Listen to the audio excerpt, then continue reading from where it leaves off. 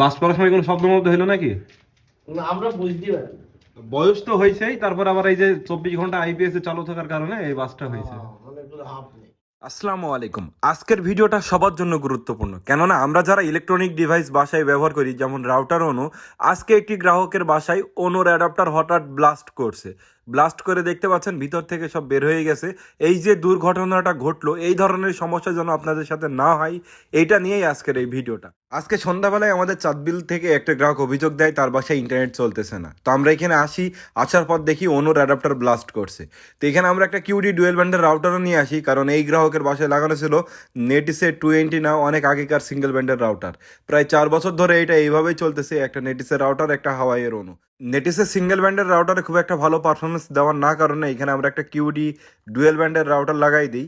এরপর রাউটারটা আমরা একটা শপিং ব্যাগে ঢুকিয়ে দিলাম, কারণ আমাদের কাছে স্টিল পেরেক বা ড্রিল করার মতো কোনো কিছু ছিল না। তো রাউটারটা এখানে লাগাই দিয়ে আমরা কনফিগার করি। আপনাদের কাছে পরামর্শ থাকবে যে আপনারা যারা আইপিএস ব্যবহার করেন বাসায়, তো রাউটার অনুটাকে একটু ঠান্ডা করার জন্য 5 মিনিটের জন্য বন্ধ রাখবেন। তো যাই হোক, এরপর আমরা স্পিড টেস্ট করি। স্পিড টেস্ট করার সময় দেখি সিঙ্গাপুর ব্রডব্যান্ড স্পিড টেস্টে আমরা 94 এমবিপিএস পর্যন্ত ডাউনলোড স্পিড পাচ্ছিলাম এবং আপলোড স্পিড আসতেছিল 95 এমবিপিএস। এখন যেহেতু পিক আওয়ার চলতেছে, পিক আওয়ারেও আমরা ম্যাক্সিমাম যে পারফরমেন্স সেটাই পাচ্ছিলাম।